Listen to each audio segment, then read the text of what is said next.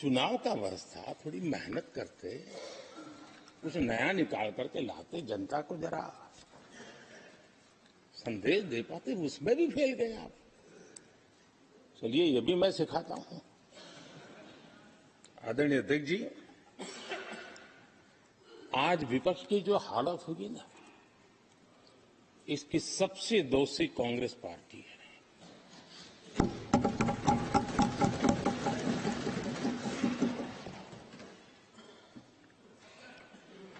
कांग्रेस को एक अच्छा विपक्ष बनने का बहुत बड़ा अवसर मिला और 10 साल कम नहीं होते, लेकिन 10 साल में उस दायित्व को निभाने में भी वे पूरी तरह विफल गए। और जब खुद विफल हो गए तो विपक्ष में और भी होनहार लोग हैं, उनको भी उभरने नहीं दिया, क्योंकि फिर मामला और गड़बड़ हो जाए। इसलिए हर बार यही करते रहे कि और भी विपक्षी जो तेजस्वी लोग हैं उनको दबा दिया जाए।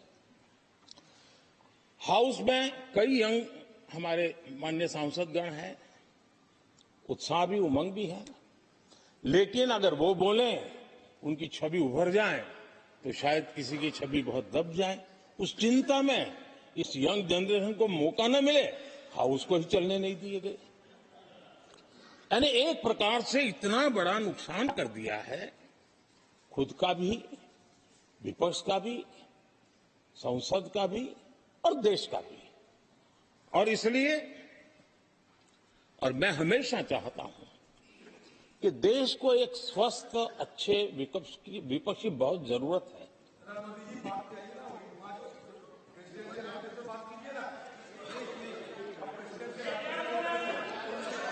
देश ने जितना परिवारवाद का खामियाजा उठाया है और उसका खामियाजा खुद कांग्रेस ने भी उठाया है। अब अधीर बाबू की हालत हम देख रहे हैं, वरना ये समय था संसद में रहने का, लेकिन परिवारवाद की सेवा तो करनी पड़ती है।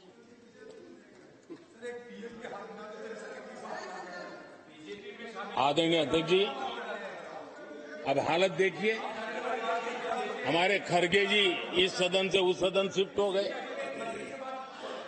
और गुलाम नबी जी तो पार्टी से ही शिफ्ट कर गए। ये सब परिवारवाद के भेंट चढ़ गए। एक ही प्रोडक्ट बार बार लॉन्च करने के चक्कर में कांग्रेस की दुकान ताला लगने की नौबत आ गई है। अरे दुकान हम नहीं कह रहे, आप लोग कह रहे हैं। आप लोग कहते हैं दुकान खोलिए, सब जगह पे बोलते हैं, दुकान को ताला लगने की बात आई।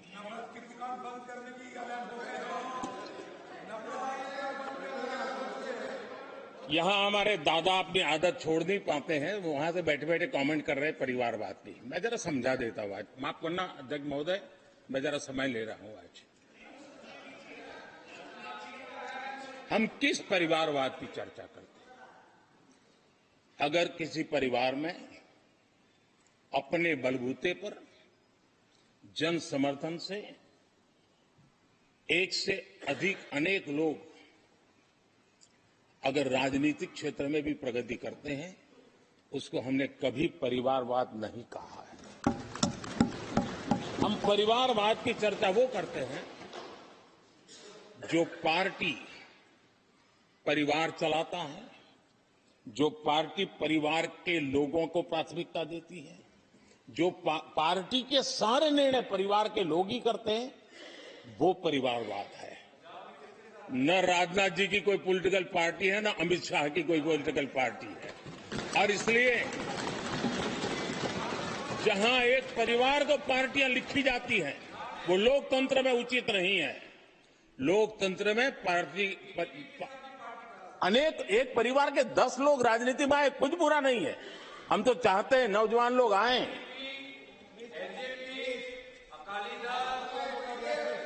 हम भी चाहते हैं ये इसकी चर्चा करिए। हमारे साथ, आपके साथ मेरा विषय नहीं है। देश के लोकतंत्र के लिए परिवारवादी राजनीति, पारिवारिक पार्टियों की राजनीति, ये हम सबकी चिंता का विषय होना चाहिए। और इसलिए मैं किसी परिवार के दो लोग अगर प्रगति करते हैं, उसको तो मैं स्वागत करूंगा।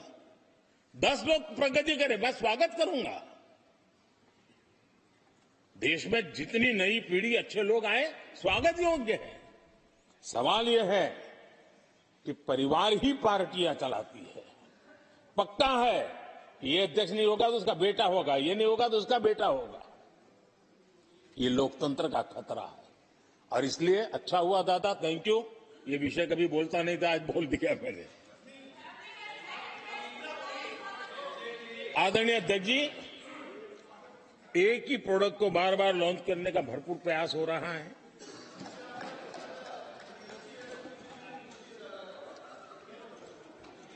आदरणीय अध्यक्ष जी, कांग्रेस एक परिवार में उलझ गई है।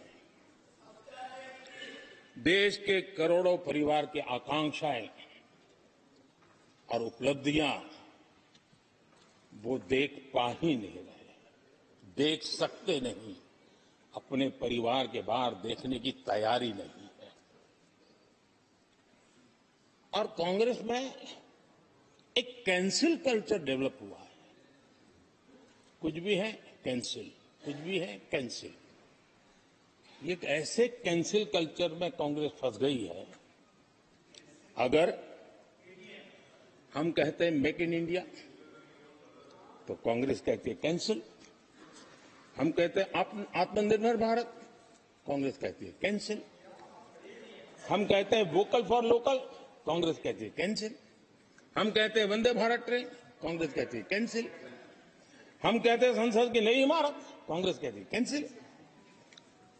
यानी मैं हैरान हूं, ये कोई मोदी की उपलब्धियां नहीं है, देश की उपलब्धियां हैं।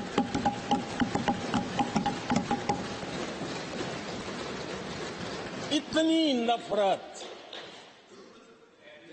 कब तक पाले रखोगे? और उसके कारण देश की सफलताएं, देश के अचीवमेंट, उसको भी कैंसिल करके आप बैठ गए हो।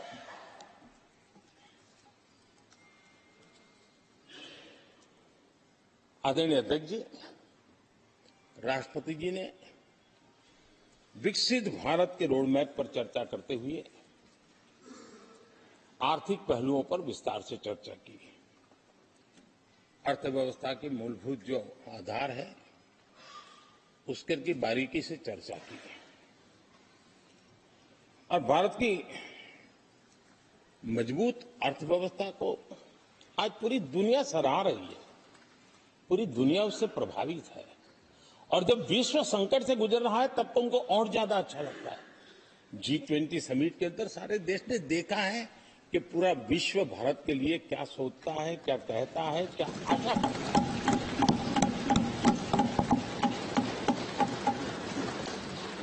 और इन सारे 10 साल के कार्यकाल के अनुभव के आधार पर आज की मजबूत अर्थव्यवस्था को देखते हुए जिस तेज गति से भारत विकास कर रहा है,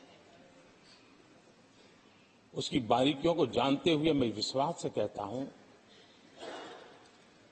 और इसीलिए मैंने कहा है कि हमारे तीसरे टर्म में